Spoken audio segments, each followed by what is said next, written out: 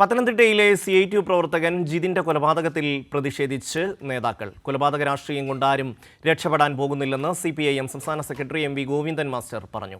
തൊഴിൽ മേഖലയിൽ സമാധാനം ഇല്ലാതാക്കാനാണ് RSS ശ്രമമെന്ന് LDF കൺവീനർ TP രാമകൃഷ്ണനും പ്രതികരിച്ചു. അതേസമയം പത്തനംതിട്ടയിലെ കൊലപാതകത്തെക്കുറിച്ച് അറിയില്ലെന്നായിരുന്നു പ്രതിപക്ഷ നേതാവിന്റെ പ്രതികരണം. പത്തനംതിട്ടയിലെ CITU പ്രവർത്തകൻ ജിതിന്റെ കൊലപാതകത്തിൽ CPIM സംസ്ഥാന സെക്രട്ടറി MV ഗോവിന്ദൻ മാസ്റ്റർ അതിശക്തമായ പ്രതിഷേധം രേഖപ്പെടുത്തി.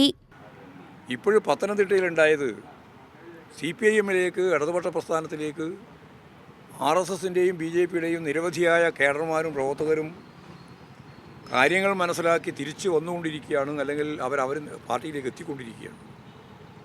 അങ്ങനെ എത്തിക്കൊണ്ടിരിക്കുന്ന സന്ദർഭത്തിലാണ് അവിടെ അതിന് തടയിടാൻ ഭീതിജനകമായ ഒരു അന്തരീക്ഷം സൃഷ്ടിക്കാൻ വേണ്ടിയിട്ട് ഈ കൊലപാതകം സംഘടിപ്പിക്കും.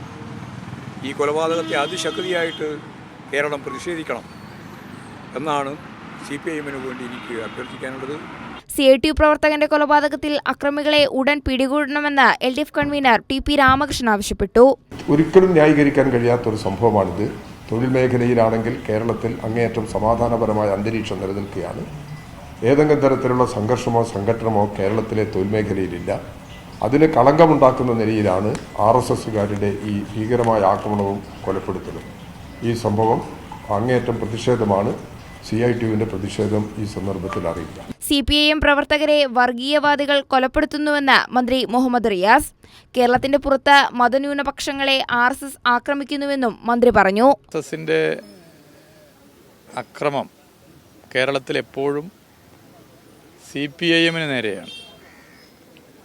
നമ്മുടെ സംസ്ഥാനത്തിൻ്റെ ചരിത്രം എടുത്ത് പരിശോധിച്ചാൽ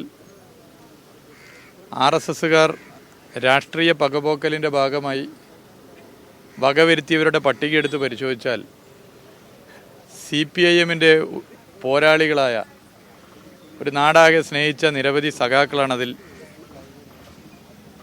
എല്ലാവരും ഒന്ന് കാണാൻ വേണ്ടി സാധിക്കും.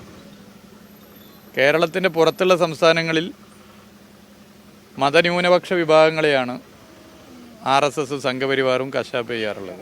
അതേസമയം കൊലപാതകത്തെക്കുറിച്ച് അറിയില്ലെന്ന് പറഞ്ഞ പ്രതിപക്ഷ നേതാവ് VD സതീശൻ ഒഴിഞ്ഞുമാറി.